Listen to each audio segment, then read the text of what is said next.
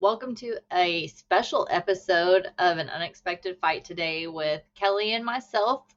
And we wanted to address something that is going on widely in our pediatric cancer community. And who better to do it than Kelly and myself? So today we're going to talk about pediatric cancer has no place in politics. Recently, we have seen a little boy in the news named DJ. He was made a part of the Secret Service. And during this spectacle, we've had so much uproar about who did and who didn't do. And Kelly and I are both on the same page about this, even though our views differ politically. And so that's why she and I wanted to get on today and talk about what we think about what's going on in the current world of pediatrics. Yeah, so like Tiffany said, this is near and dear to both of our hearts, obviously. And it's really been heartbreaking for me, and I know for many other cancer parents out there, or anybody that's actively involved in the pediatric cancer community, to see a divide happening within our small little bubble. So, one thing I love about this pediatric cancer community is that these parents, these advocates, we're always there for each other. We're usually on the same page because we're fighting for the same cause. We want the same things. We want these kids to survive and thrive. And in the last 24 hours, my Facebook feed and Instagram and all social media has been very negative. And honestly, it's breaking my heart to see families fighting each other, people unfriending each other over this. And I just, like Tiffany said, and like this title of this podcast episode is going to be, I don't think politics have any place in the pediatric cancer world because, quite frankly, we don't have time for that. So, so obviously, Tiffany and I have talked about it before. Survival rates, although better than they have been years ago, for some of our more rare pediatric cancers and tumors, they're still very low. There are tumors that still have a less than 1% chance of survival rate, and that's unacceptable. A big part of this has been that pediatric cancer funding has not been fabulous. We've said it in probably almost every episode we've recorded that only 4% of the government funding of cancer research actually gets allocated towards pediatric research. And over the last couple years, that number might have changed slightly depending on how you look at it and where you look it up. It's somewhere between like 4 and 8%. We said possibly. Yeah. Even still, it's less than double digits. That's not okay with me, and it's not okay in the cancer community. So it's obviously not just the current administration's issue. This has been an ongoing issue. So every administration in years past, nobody quite has stepped it up to the plate enough to get us the funding that I think these little warriors deserve. So I think it's, I don't know if people really use our kids for media attention or if they use them because they have genuine hearts for the kids. But it seems awfully convenient a lot of the time whenever we see a kid on a commercial or a kid at the White House. And whenever they use these kids, the problem is they don't put their money where their mouth is. And our kids are still getting the same treatments that they've been getting for the last 70 years. And that's not fair. It's not fair to highlight these children and say, oh, look what we're doing for these kids with cancer. Well, really, you're not doing anything other than showing another smiling child with cancer or who has battled cancer. Nobody's showing a picture of Nora in her casket. Nobody's showing a picture of these kids when they're in adulthood and they're living with deafness or they're living with peripheral neuropathy or cardiac disease because of the treatments that they got when they were children. And so the biggest thing to me is let's show these kids, but let's also say what we're going to do for them. Let's not just use them for what our agendas are. Right. And we've seen it twice recently. So there was a commercial put out by a very large pharmaceutical company who I won't name, but everybody knows what I'm talking about during the Super Bowl. And they used a pediatric cancer warrior. But when you look at the funding that they're doing right now, it's a very, very small percentage is actually going towards pediatric cancer. So a lot of these parents, I think every cancer parent agreed that we're happy that awareness was brought to it, even in this kind of odd way of here's a kid, even though we're not funding the research, here's a picture of a cancer warrior on the TV during the Super Bowl. It brought us some awareness, which was good. But overall, what are they doing to fix it and rectify it? And I think that that's how some of the cancer community felt about little DJ, getting raised up in the air and being appointed a Secret Service member. That's awesome. It's incredible for him. It's incredible for his family. I'm sure in that moment he was nothing but joyful and happy. And so that makes my mama heart and my pediatric cancer advocate heart very happy for him and his family. But ultimately, I didn't hear any talk or speech about what we're going to do next to actually fix the problem and increase funding. And so I think that's why our community is a little divided right now, is there's been a whole lot of talk, a whole lot of let's make pediatric cancer a priority. And here's a picture of a cute cancer kid. But then there's really been kind of limited action. And recently we know that there has been several, what's the word I'm looking for, legislative actions taken against these bills that have been either, it's kind of a gray area whether they've been cut or placed on hold. But currently there's Accelerating Kids Access to Care Act, which is aimed to streamline processes for children needing time-sensitive care across state lines. And that was temporarily cut/put on hold. We're not sure yet. Creating Hope Reauthorization Act that provides incentives for critical pediatric research. And that's funding actually expired due to congressional inaction. Innovation in Pediatric Drugs Act ensured timely completion of pediatric studies for potential new treatment. Give Kids a Chance Act, which allowed researchers to study combinations of new cancer drugs, potentially unlocking new cures. And the RARE Act, which clarified Congress's interpretation of the Orphan Drug Act to ensure pediatric cancer drug research and development isn't excluded from newly approved drugs that don't impact the pediatric populations. So all of these have been currently either not funded or placed on a hold. And therefore, these kids, the only people suffering are the kids and the families. So Tiffany and I just kind of wanted to get on here and once again talk about, this is kind of like our episode where we did cancer mythbusters. We really we wanted to talk about the truths and what's really important in the pediatric cancer world. Right. And it's not about, you know, cancer doesn't discriminate on Republicans or Democrats. Mm-hmm. Kelly and I are different, and both of our daughters had brain tumors. Right. And it doesn't matter which side of the aisle you're on. Your kid can still get cancer. You can still get cancer. Your family can still get cancer. So the thing about putting it as a political gain or not gain is asinine. Mm-hmm. People need to get together, and instead of being mad about who stood or who didn't stand, how about you email your congressman? These are the people that are going to make these changes that we so desperately need.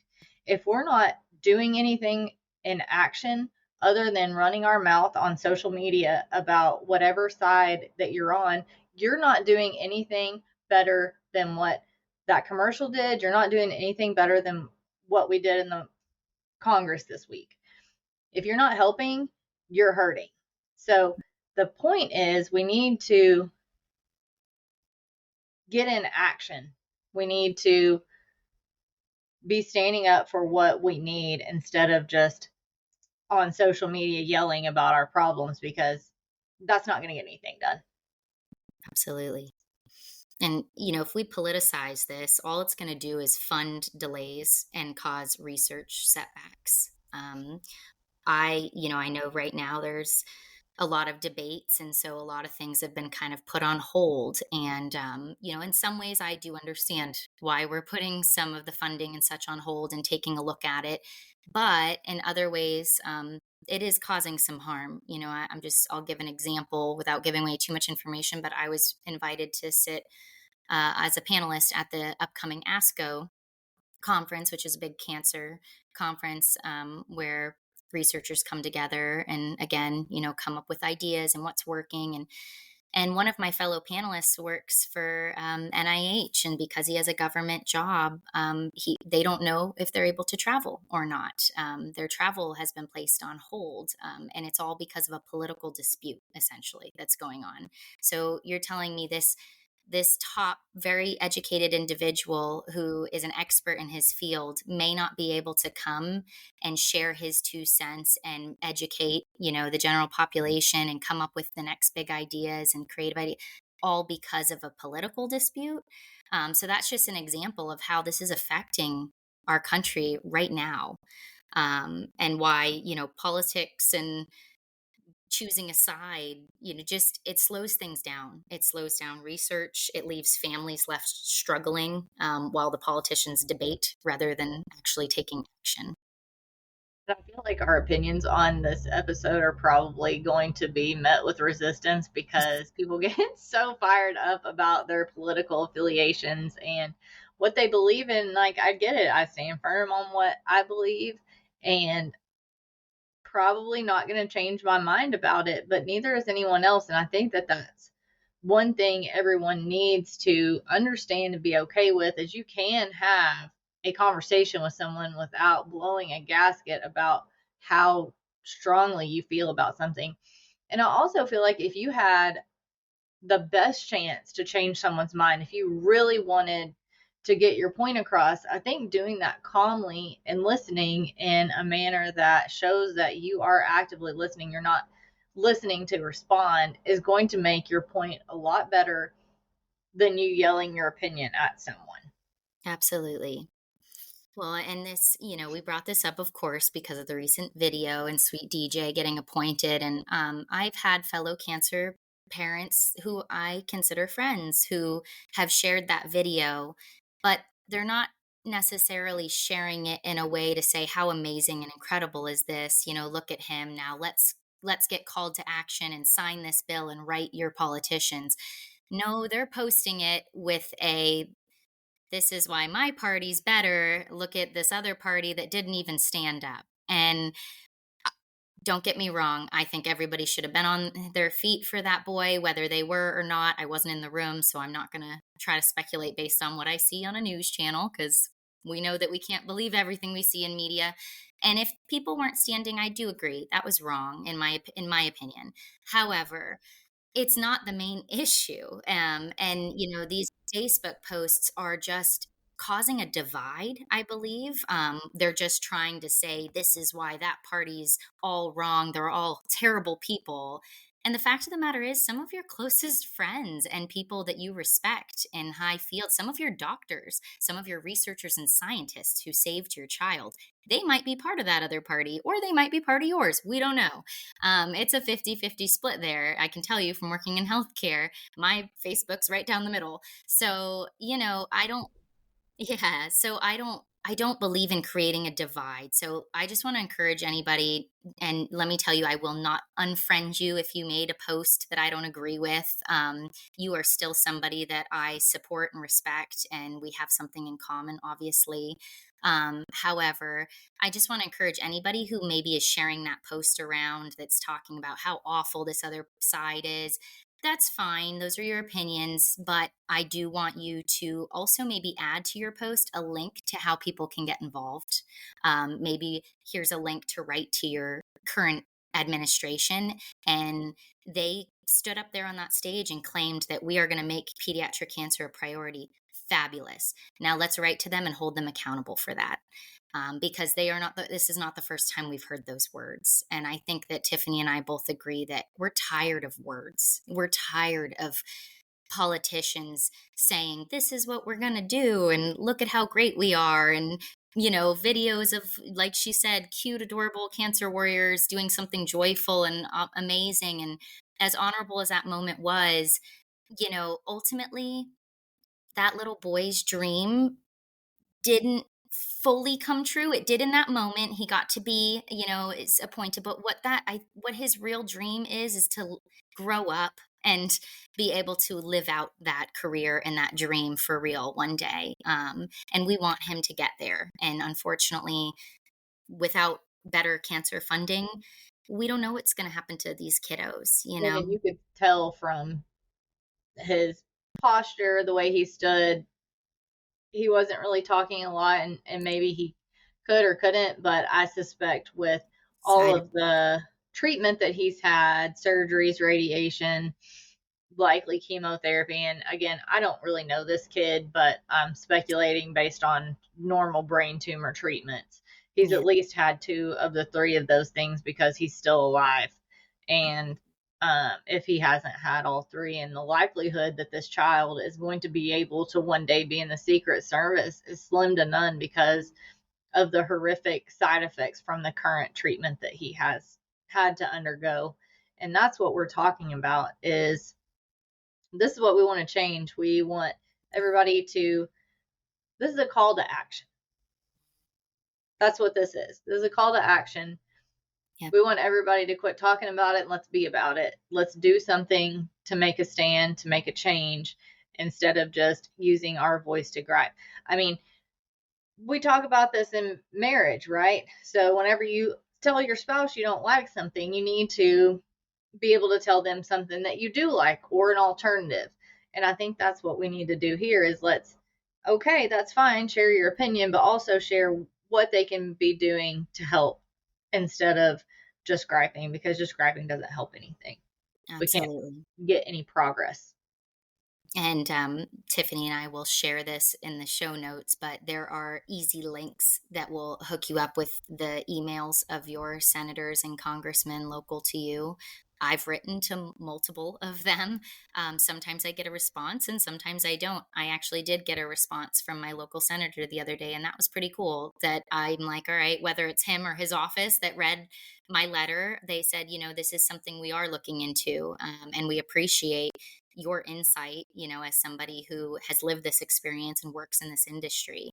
And so your voice can be heard, ultimately. But unfortunately, part of the reason pediatric cancer funding has been limited in the past is when you look at it as a numbers group, how many kids are affected by cancer, a lot of people still see it as rare. I don't think 43 kids a day is rare, in my opinion. And then when you look at worldwide, even more numbers. However, when you compare that to other diseases out there, I can see where we're kind of a smaller group, right? The pediatric cancer community, we kind of all know each other.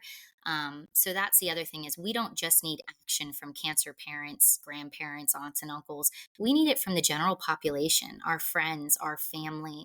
I can't tell you how many people asked me, what can I do, Kelly, to help when Riley was diagnosed? And I appreciate that question. In that moment, I didn't always know what to say. But now I'm telling you, write to your local senator and congressman and question, why is pediatric cancer research decades behind where it needs to be? Why has the funding been so slim in comparison to so many other things that we fund? Why is only 4% of the National Cancer Institute's budget getting allocated towards pediatric cancer? And then in addition to that, if you have the means to, until our government funding really starts picking up the slack, Goal Driven Kids and National Pediatric Cancer Foundation, that's where they come into play. They, donate to one of ours if you have the means or you're able, or even just sharing our posts and our videos and getting awareness out there, because we are funding the research that the government currently is not. We're trying to kind of bridge that gap, and put the I think money. something like 90% of funding for clinical trials comes from private nonprofits like the ones that we're with. Yep. And that's great. And what we're doing is fabulous. But obviously, we need more, and we need people to really voice that and get on board with this and collaborate together.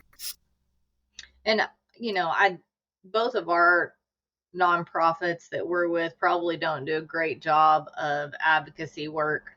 Not that we don't do a great job of that. We don't do a great job of sharing how people can get involved in advocacy. And that's something that, Gold Ribbon Kids could definitely do a better job about.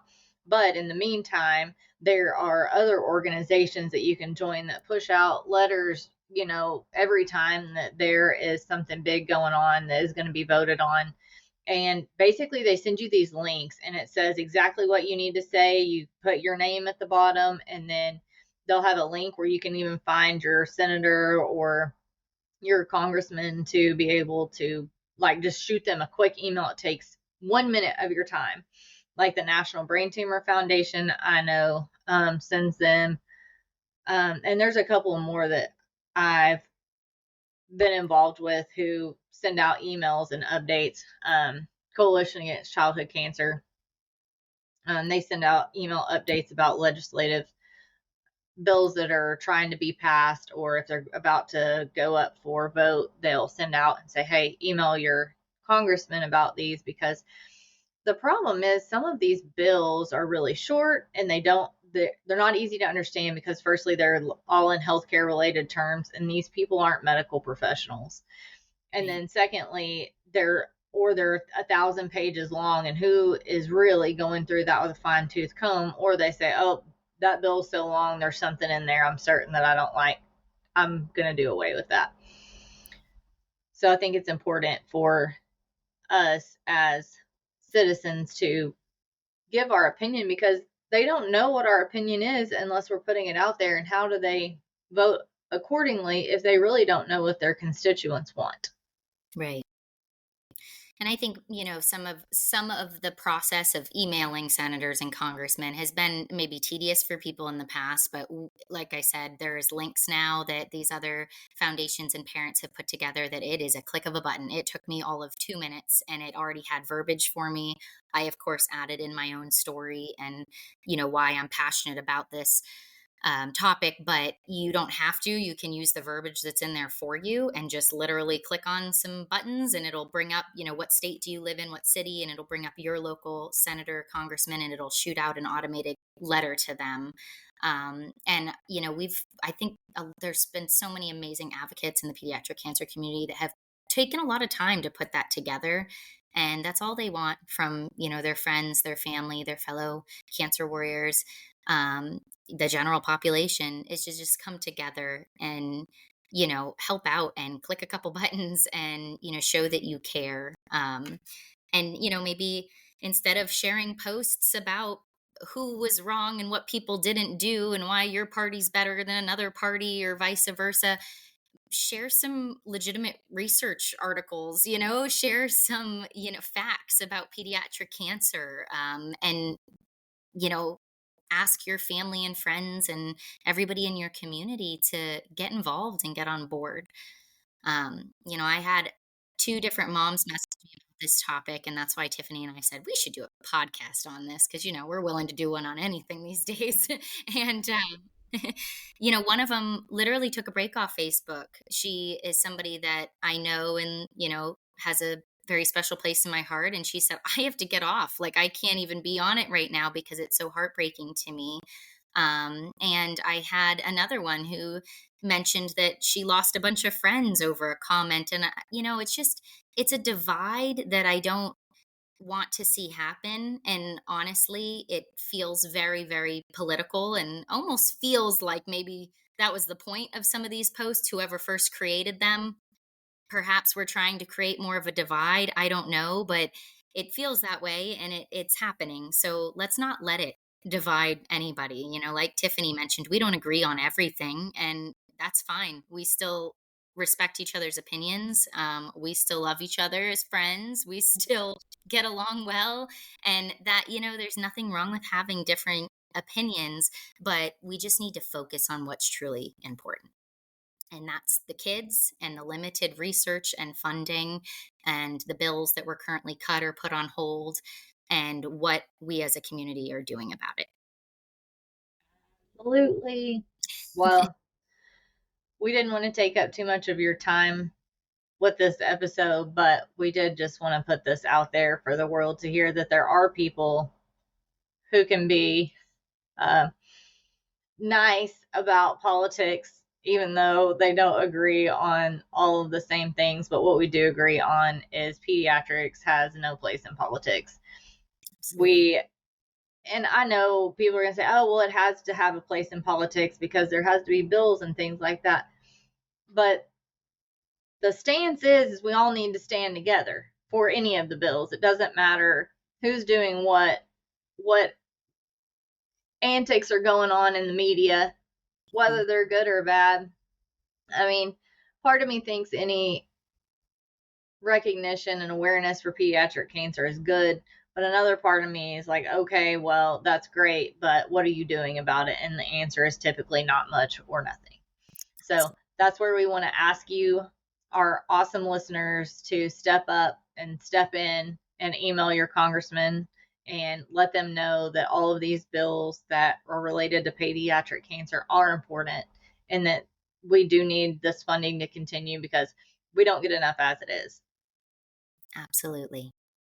So we'll put some links in the show notes for places you can go and get involved and maybe share that on your social instead of any negativity. And thank you so much for listening to our rant today. Join us next time for another episode of An Unexpected Fight.